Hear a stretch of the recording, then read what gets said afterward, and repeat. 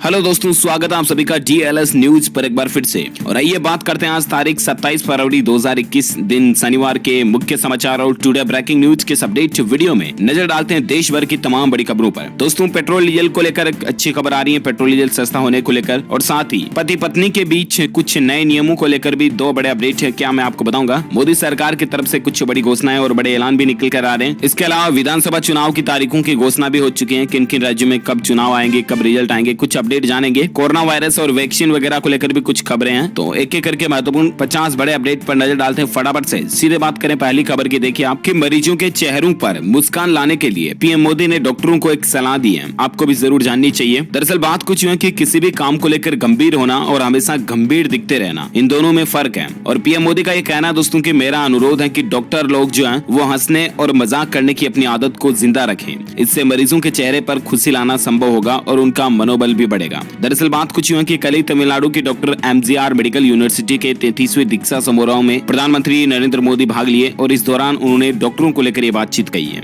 कि कुल मिलाकर के डॉक्टरों को अपनी हंसी मजाक और खुश मिजाज वाली आदत को बनाए रखना होगा। सीरियस रहने के बजाय मरीज के साथ में अगर फ्रेंडली पेश आए ना, तो इससे मरीज का मनोबल बढ़ता है और ठीक होने के चांसेस कई गुना बढ़ जाते हैं। वाकई में अच्छी बात कही है। और अगली खबर देखिए दोस्तों की जीवन साथी की प्रतिष्ठा को ठेस पहुंचाना मानसिक क्रूरता के समान है। सुप्रीम कोर्ट की तरफ से एक अहम फैसला दिया गया है कि जीवन साथी की प्रतिष्ठा और करियर को खराब करना मानसिक क्रूरता के रूप में एक अपराध है। कहने का मतलब ये है कि पति पत्नी के साथ कोई भी एक दूसरे के साथ ऐसा व्यवहार नहीं कर सकता जिससे कि एक दूसरे की प्रतिष्ठा को ठेस पहुंचे या एक दूसरे का करियर खराब हो। अगर ऐसा होता है तो फिर वो मानसिक क्रूरता के रूप में अपराध माना जाएगा और सजा भी हो सकती है। पति पत्नी को लेकर और एक खबर ये देख पा रहे होंगे दोस्तों की मायका पक्ष को संपत्ति दे सकती है महिला। उत्तराधिकार मामले में भी सुप्रीम कोर्ट का एक बड़ा फैसला देखने को मिल रहा है। दरअसल संपत्ति यानी कि प्रॉपर्टी वगैरह को लेकर सुप्रीम कोर्ट ने एक बड़ा फैसला सुनाया। अदालत ने कहा कि एक विधवा महिला मायके पक्ष के उत्तराधिकारियों को भी संपत्ति दे सकती है। कोर्ट का यह कहना है कि हिंदू सेक्शन एक्ट के तहत हिंदू विधवा महिला के पिता पक्ष के लोगों को अजनबी नहीं समझा जा सकता और उन्हें संपत्ति सौंपी जा सकती है। सर्वोच्च न्यायालय ने गुड़गांव के एक परिवार के मामले में ये फैसला सुनाया है। पक्ष ने सुप्रीम कोर्ट में हाई कोर्ट के फैसले को चुनौती दी थी। दरअसल एक महिला ने पारिवारिक समझौते के तहत अपने भाई के बेटों के नाम अपने हिस्से की जमीन कर दी थी, और इस बात का विरोध महिला के देवर के बच्चों ने किया था, और देवर के बच्चों की तरफ से दायर याचिका में इस समझौते के फैसले को रद्द करने की अपील की गई थी।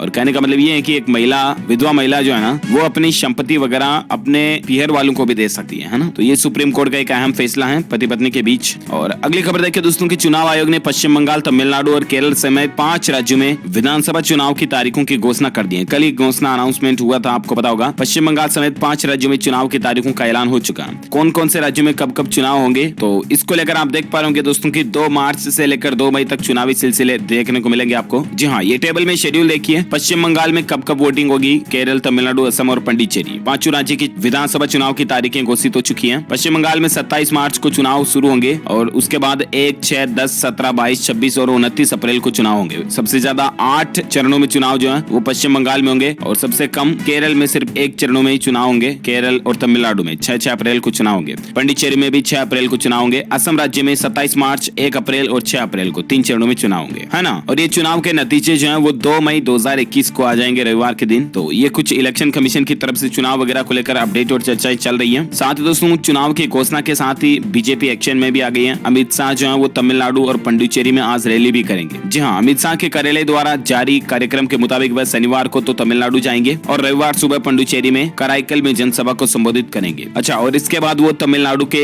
विलुपुरम जिले में जानकीपुरम में विजय संकल्प रैली का हिस्सा भी बनेंगे। तो ये कुछ चुनाव के साथ ही राजनीतिक सिलसिले भी शुरू हो चुके हैं। अच्छा, अगली खबर देखिए दोस्तों, वैज्ञानिक रिसर्च में इस बात का पता चला कि मेमोरी तेज करने का विज्ञान देखिए, साइंस देखिए मेमोरी बढ़ाने के पीछे, कि जब कोई बात आपको याद नहीं आए ना, तो आंखें बंद करके उस बात को याद करने की कोशिश करें। इससे आपकी मेमोरी में 23% तक की बढ़ोतरी होती है। जी हाँ, हाल ही में लीगल एंड क्रिमिनोलॉजिकल साइकोलॉजी जर्नल में पब्लिश एक वैज्ञानिक रिसर्च में इस तरह का दावा किया गया कि आपको अगर कोई पुरानी बात या ऐसा कोई इवेंट, घटना जो हम कभी कभी याद करते हैं लेकिन क्या कि हमें याद आ नहीं रही होती है, दिमाग पर थोड़ा जोर भी डालते हैं फिर भी याद आ नहीं रही होती है, राइट। तो ऐसी सिचुएशन में आपको क्या करना है, आपको आंखें बंद करनी है और दिमाग से गहराई से उस बात को याद करने की कोशिश करनी है। अब इससे फायदा क्या होगा पता है, बात भले ही याद आए या ना आए, लेकिन इस एक्सरसाइज से आपकी मेमोरी पावर 23% तक बढ़ती है। हाल ही में वैज्ञानिकों की रिसर्च में इस बात का पता चला। जरूर आजमाइएगा आप भी इस टिप्स एंड ट्रिक्स को। चलिए फिलहाल देखिए आप अगली खबर। राम मंदिर भक्तों के लिए अच्छी खबर है दोस्तों। बेंगलुरु में 1 और 5 रुपए के 60 60,000 सिक्कों से बनाया गया राम मंदिर। देखिए,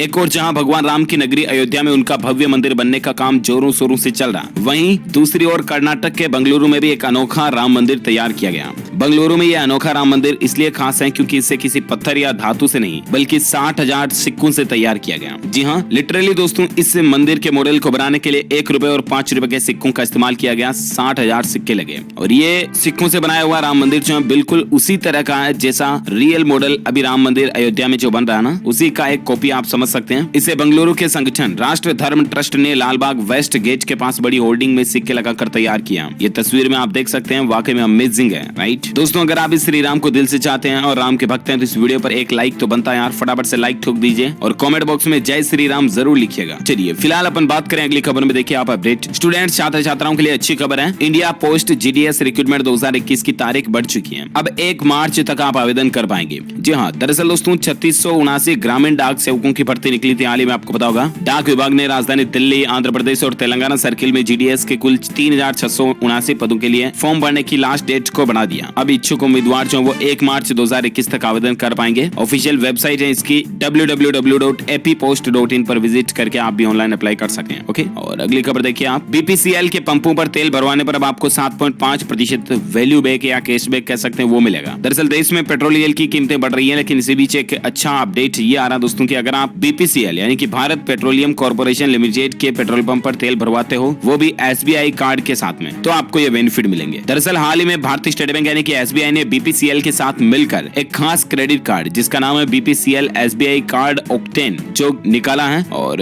इसके जरिए BPCL fuels, Bharat gas, LPG आदि के खर्चों पर आपको रिवार्ड पॉइंट्स मिलेंगे। अगर आप भारत गैस की गैस सिलेंडर भी इससे बुक वगैरह करवाते हो एसबीआई कार्ड से, तब आपको कैशबैक वगैरह के बेनिफिट्स ऑफर मिल जाएंगे, है ना। और चलिए बात करें अगले अपडेट में। आज के मौसम समाचार को लेकर खबर देख पा रहे होंगे, देश के इन राज्यों में गरज के साथ बारिश और ओलावृष्टि का अनुमान लगाया जा रहा। आईएमडी ने अलर्ट जारी किया। जी हाँ, आईएमडी यानी कि भारतीय मौसम विज्ञान विभाग की चेतावनी की माने दोस्तों तो संपूर्ण भारत का आज 27 फरवरी 2021 का मौसम पूर्वानुमान आखिर क्या कहता है। अगले 24 घंटों के दौरान पश्चिमी हिमालय राज्यों पर वापस से पश्चिमी विक्षोभ सक्रिय हो रहा और इसके कारण मौसम की हलचल वापस बढ़ रही है। अगले 24 घंटों में जम्मू कश्मीर, गिलगित बाल्टिस्तान, मुजफ्फराबाद और लद्दाख में कुछ जगहों पर हल्की से मध्यम बारिश भी देखने को मिल सकती है। वहीं हिमाचल प्रदेश में भी कुछ स्थानों पर बारिश और बर्फबारी के आसार भी हैं। उत्तराखंड में अब तक मौसम साफ बना हुआ था, लेकिन कुछ हिस्सों में हल्की मध्यम बारिश उत्तराखंड में भी हो सकती है। बाकी दूसरी जगहों पर, दूसरे राज्यों में फिलहाल मौसम जो है वो साफ शुष्क रहेगा। और चलिए बात करें अगली खबर में। सराफा बाजार में सोने चांदी के रेट को लेकर देखिए अपडेट कि सोना महंगा हुआ, चांदी सस्ती हुई है। लगातार तीसरे दिन सोना जो है भले ही सस्ता हुआ, लेकिन साप्ताहिक रेट की बात करें दोस्तों तो गोल्ड के रेट में बढ़ोतरी देखने को मिली है। अभी सोने के रेट देखिए आप, 26 कल तक में सोने का रेट ये था 46,740 प्रति 10 ग्राम, और वहीं चांदी की बात करें तो चांदी 68,800 रुपए प्रति किलोग्राम कल तक के सराफा बाजार के अपडेट के अकॉर्डिंग है। और बाकी कोरोना को लेकर एक खबर देखिए दोस्तों की फिलहाल बैन रहेगा इंटरनेशनल फ्लाइट वगैरह भी। सरकार ने 31 मार्च तक अंतर्राष्ट्रीय उड़ानों पर रोक को बढ़ा दिया है ना।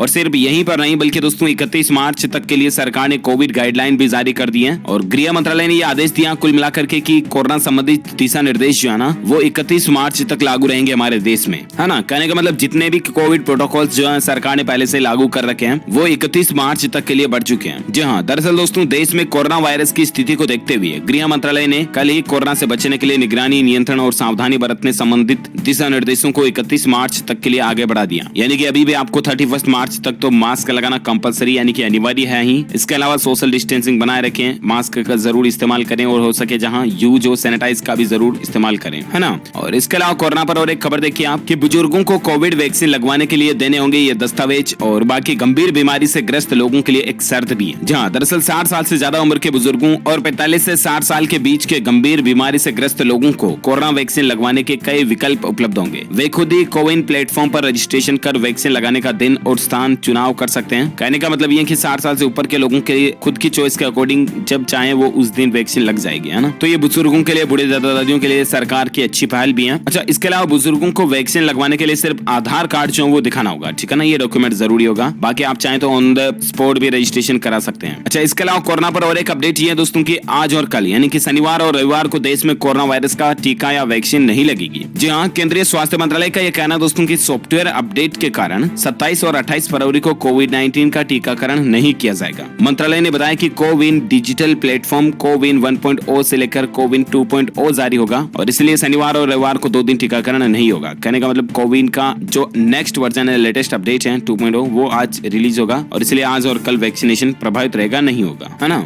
इसके अलावा देखिए दोस्तों, कोरोना पर और एक बड़ी खबर आ रही है कि 37 करोड़ बच्चों को लेकर सामने आई CSE की चौंकाने वाली रिपोर्ट। जी हाँ, दरअसल कोविड-19 संक्रमण भले ही कम हो रहा हो, लेकिन इसकी वैक्सीन भी आ गई हो, फिर भी इस महामारी का कुप्रभाव अभी तक भी वर्षों तक देखने को मिलेगा। खास करके बच्चों का शारीरिक विकास इससे सर्वाधिक प्रभावित होगा। बच्चों की मृत्यु दर में भी बढ़ोतरी हो सकती है और उनकी पढ़ाई लिखाई भी बीच में ही छूट सकती है। जी हाँ, ये डराने वाला चौंकाने वाला दावा किया गया centre for science and environment यानी CSE की वार्षिक report state of India's environment 2021 में प्रकाशित रिपोर्ट के मुताबिक ये अपडेट आ रहा। और बाकी दोस्तों, आपसे यही रिक्वेस्ट है कि आप अपनी इम्यूनिटी को स्ट्रॉन्ग बनाए रखें ताकि आप खुद जो है और आपका परिवार, आपके छोटे बच्चे कोरोना से लड़ सकें। भारत में कोरोना के आंकड़ों की बात करें तो देखिए, कुल संक्रमितों की संख्या 1,10,79,000 से ज्यादा पहुंच चुकी है, जिसमें एक्टिव केस अभी 1,56,000 चल रहे हैं और मरने वालों की संख्या का आंकड़ा भी 1,56,000 से ज्यादा हो चुका है ना। तो ये तो रहा कोविड डेटा आंकड़ा। और फिलहाल देखिए अगली खबर, किसान आंदोलन पर अपडेट आ रहा है। देखिए कि राकेश टिकैत ने तो सिर्फ महज धमकी दी थी, लेकिन पंजाब और हरियाणा में तो किसानों ने रियली में अपनी फसल को जला दिया। दरअसल कुछ दिनों पहले भारतीय किसान यूनियन के नेता राकेश टिकैत ने धमकी दी थी कि सरकार नहीं मानी तो किसान अपनी फसल जला देंगे। इसी बीच कई किसानों के साथ ये घटना भी देखने को मिली है कि उन्होंने खुद ने अपनी फसल को जला दिया। राकेश टिकैत की बात का उन्होंने गलत मतलब समझ लिया और अपनी फसल को ही जला दिया। तो कुल मिलाकर के किसान आंदोलन जो वो अभी भी बहुत तेज चल रहा है और किसानों की यही मांग है कि जब तक सरकार जो कृषि कानूनों को रद्द नहीं कर देती तब तक किसान भाई लोग आंदोलन खत्म करने का प्लान नहीं करेंगे। बाकी देखते हैं आगे और सरकार और किसान भाई लोगों के बीच कब बातचीत होती है, क्या कुछ डिसीजन निर्णय देखने को मिलता है। जो कोई भी अपडेट आएगा मैं आपको बता दूंगा जरूर DLS न्यूज पर। फिलहाल देखिए आप अगली खबर कि दोस्तों, ट्विटर कंपनी की तरफ से घोषणा की गई है, अगर आपके पास भी ट्विटर पर अच्छे खासे फॉलोवर्स है ना तो आप भी पैसा वगैरह कमा सकेंगे। जी हाँ, दरअसल जिस तरह से फेसबुक और यूट्यूब वगैरह का, इंस्टाग्राम का इनका मोनेटाइजेशन प्रोग्राम चलता है ना, ठीक वैसे ही ट्विटर कंपनी भी अब अपने यूजर्स को पैसा कमाने का मौका देगी। दरअसल ट्विटर ने कल ही 2 नए फीचर लॉन्च किए हैं और इन नए फीचर के साथ ही कंपनी अब यूजर्स को कमाने का मौका भी देगी। कंपनी के ऐलान के मुताबिक अब यूजर्स को अपने फॉलोवर्स को अतिरिक्त कंटेंट दिखाने और समूह आधारित विशेष कंटेंट बनाने और समूह में शामिल करने की सुविधा मिलेगी। तो कहने का मतलब ट्विटर का भी बहुत जल्द आपको ये जो पेमेंट सिस्टम है ये देखने को मिलेगा और मोनेटाइजेशन जैसा ही कोई प्रोग्राम हो सकता है ट्विटर भी लेकर आए। अच्छा, अगली खबर देखिए आप, 1 अप्रैल से खरीद सकेंगे स्टैंडर्ड पर्सनल एक्सीडेंट पॉलिसी। जहां जीवन सुरक्षा बीमा को लेकर एक अपडेट है कि बीमा विनियामक प्राधिकरण यानी कि IRDA जो है ना, उसने अपने ग्राहकों की सहूलियत के लिए एक महत्वपूर्ण कदम उठाया। IRDA ने सभी जनरल और हेल्थ इंश्योरेंस कंपनियों को 1 अप्रैल 2021 से स्टैंडर्ड पर्सनल एक्सीडेंट पॉलिसी बेचने को कहा और इस स्टैंडर्ड पर्सनल एक्सीडेंट कवर का नाम होगा सरल सुरक्षा बीमा करके, है ना। और इसका मतलब मकसद यही होगा दोस्तों कि जितनी भी बीमा कंपनियां ना वो सभी एक प्लान ऐसा रखेंगी जो कॉमन होगा सब में, चाहे वो किसी भी कंपनी से आप प्लान लो वो प्लान सेम होगा, कॉमन होगा। बाकी इंश्योरेंस को लेकर और एक अच्छी खबर ये आ रही है कि बड़ी राहत की बात है, अब जन्मजात बीमारियों का भी क्लेम मिलेगा और अगर कंपनी पॉलिसी देने से मना कर देती है तो फिर बीमा कंपनी पर कार्यवाही भी होगी। जी हाँ, दरअसल बीमा कंपनियां आने वाले समय में आपको किसी भी बीमारी का क्लेम देने से मना नहीं कर पाएंगी। इंश्योरेंस रेगुलेटर यानी कि IRDA ने बीमा कंपनियों से साफ साफ कह दिया कि बीमा कंपनियां किसी को भी पॉलिसी देने से मना नहीं कर सकती हैं, चाहे वो बीमारी जन्मजात ही क्यों न हो। कहने का मतलब आप किसी भी तरह की बीमारी क्यों न हो, कोई भी बीमा कंपनी जो है इंश्योरेंस या बीमा देने से मना नहीं कर पाएंगी और अगर ऐसा करती है तो उन कंपनीज पर सख्त कार्यवाही भी होगी। हालांकि हर एक बीमा पॉलिसी के अलग अलग टर्म्स कंडीशन नियम होंगे according to age and situation, लेकिन फिर भी बीमा कंपनी देने की मना नहीं कर सकती कोई भी कंपनी। अच्छा, अगली खबर देखिए, राजधानी दिल्ली में अरविंद केजरीवाल सरकार जो है वो अतिक्रमण और अवैध कब्जा करने वालों पर अब सख्त कार्यवाही करने की तैयारी में है। दिल्ली के समाज कल्याण मंत्री राजेंद्र पाल गौतम ने सीमापुरी इलाके में हुए अतिक्रमण और अवैध कब्जे को लेकर गुरुवार को संबंधित अधिकारियों के साथ सचिवालय में एक अहम बैठक की है। गौतम का यह कहना है कि अवैध अतिक्रमण के चलते एम्बुलेंस और अन्य इमरजेंसी सेवाओं को आने जाने में परेशानी होती है और इसके चलते स्थानीय लोगों में खासा रोष भी व्याप्त है। तो कहने का मतलब कुल मिलाकर के दिल्ली की केजरीवाल सरकार जो है ना वो अब अवैध कब्जा और जो जमीन रूंद लेते हैं ना सरकारी भूमि को, उन पर अब सख्त कार्यवाही करने की ओर है। अच्छी बात है। अच्छा, साथ ही अगला अपडेट देखिए आप, पेट्रोल डीजल की महंगाई के बीच एक अच्छी खबर आ रही है दोस्तों की पेट्रोलियम मंत्री का यह बयान आ रहा है कि सर्दियां खत्म होने के बाद कम हो जाएगी पेट्रोल डीजल की कीमत। अंतर्राष्ट्रीय बाजार की वजह से भी प्रभावित होते हैं ग्राहक। दरअसल पेट्रोल डीजल की बेहताशा बढ़ती कीमतों के बीच पेट्रोलियम मंत्री धर्मेंद्र प्रधान ने कल ही कहा कि सर्दियों का सीजन खत्म होने के बाद इनकी कीमतों में कुछ कमी आएगी। अब वैसे देखा जाए तो सर्दियां तो काफी जाने के मूड में है ही, ऑलरेडी सर्दी निकलने को है, गर्मी का सीजन शुरू होने में है। देखते हैं पेट्रोल डीजल कब सस्ता होता है। फिलहाल देखिए आप अगली खबर, आज देश में पहला ऑनलाइन खिलौना मेला भी शुरू होने जा रहा और इस मेले का स्पॉन्सर होगी हेमलेस कंपनी जो कि ऑलरेडी ऑनलाइन टॉय बेचने वाली ही कंपनी है। और सबसे अच्छी बात यह दोस्तों कि देश में पहली बार ऐसा कोई ऑनलाइन टॉय मेगा फेयर लगने जा रहा और इस मेगा फेयर के चलते 1000 से ज्यादा खिलौना निर्माताओं को बेहतर अवसर भी मिलेगा। और सबसे अच्छी बात तो ये होगी कि भारत के ही बने खिलौने इसमें शामिल होंगे, कहने का मतलब ये है दोस्तों कि बच्चों के खेलने के बहुत सारे खिलौने जो हम बाहर से मंगाते हैं, भारत में मतलब बाहर से आते हैं, चाइना से,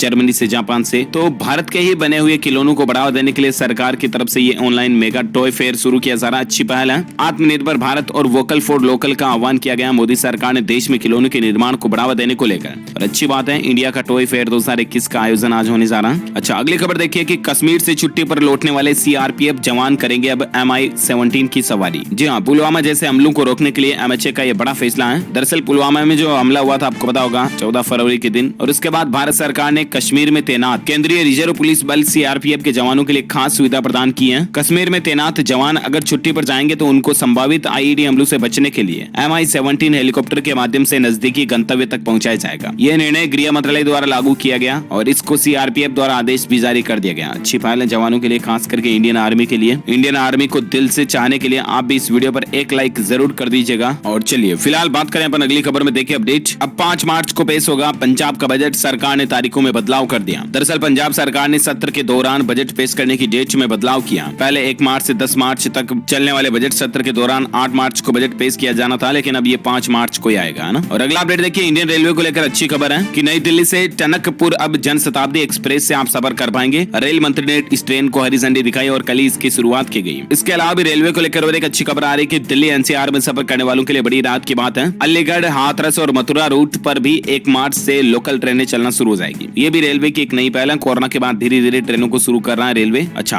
और बाकी अगला अपडेट देखिए दोस्तों, इस राज्य में बड़ी सरकारी कर्मचारियों के रिटायरमेंट की उम्र 59 नहीं बल्कि अब 60 साल होगी। जी हाँ, दरअसल तमिलनाडु राज्य सरकार ने शिक्षक यानी कि टीचर और सार्वजनिक उपक्रम के जितने भी गवर्नमेंट एम्प्लॉइज है ना, सरकारी कर्मचारी, उनकी उम्र को बढ़ाकर 60 साल करने का फैसला किया। पहले इनकी रिटायरमेंट की उम्र 59 साल थी, तो 1 साल इसमें बढ़ोतरी कर दी है। अच्छा, अगला अपडेट देखिए आप, आदित्य बिरला हेल्थ इंश्योरेंस का एक नया ऑफर है। 2 साल तक कोई क्लेम नहीं किया तो पूरा प्रीमियम वापस करेगी बीमा कंपनी। जी हाँ, दरअसल आदित्य बिरला हेल्थ इंश्योरेंस ने अपने प्रमुख हेल्थ इंश्योरेंस एक्टिव हेल्थ को अपडेट किया और इसके तहत 2 साल तक कोई क्लेम नहीं करने पर पॉलिसी होल्डर को प्रीमियम का पूरा पैसा वापस किया जाएगा। कंपनी का यह कहना कि यह हेल्थ इंश्योरेंस इंडस्ट्री का पहला ऐसा प्लान है जिसमें 100% प्रीमियम वापस किया जाएगा। रिवार्ड और बीमित रकम को रीलोड करने की सुविधा भी मिलेगी। कहने का मतलब ये है कि मान लीजिए अगर आपने कोई इंश्योरेंस प्लान ले रखा, और बहुत सारे ऐसे इंश्योरेंस प्लान होते हैं ना जिनमें रिस्क कवर तो होता है, जैसे मान लीजिए आपको साल के 200 रुपए जमा कराने हैं, 500 रुपए जमा कराने हैं और आपको 5 साल तक, 10 साल तक, 5 लाख का, 2 लाख का जो भी बीमा मिल रहा है अलग अलग प्लान के अकॉर्डिंग, ठीक है ना। तो होता है कि कई प्लान ऐसे होते हैं जिनमें लास्ट में अगर 15 साल तक आपका कुछ नहीं हुआ, भगवान ना करे किसी के साथ कोई हो, लेकिन नहीं हुआ तो आपका जो इंश्योरेंस का पैसा जमा है ना वो चला जाता है, राइट। कई प्लान ऐसे होते हैं, लेकिन आदित्य बिरला जो है वो प्लान के तहत पैसा रिफंड करेगी, है ना। और अगली खबर देखिए दोस्तों, अरविंद केजरीवाल यानी कि दिल्ली के मुख्यमंत्री का यह फरमान है कि अगले 6 महीने में राजधानी दिल्ली में जितने भी सरकारी वाहन है ना उनको इलेक्ट्रिक वाहन बना देगी।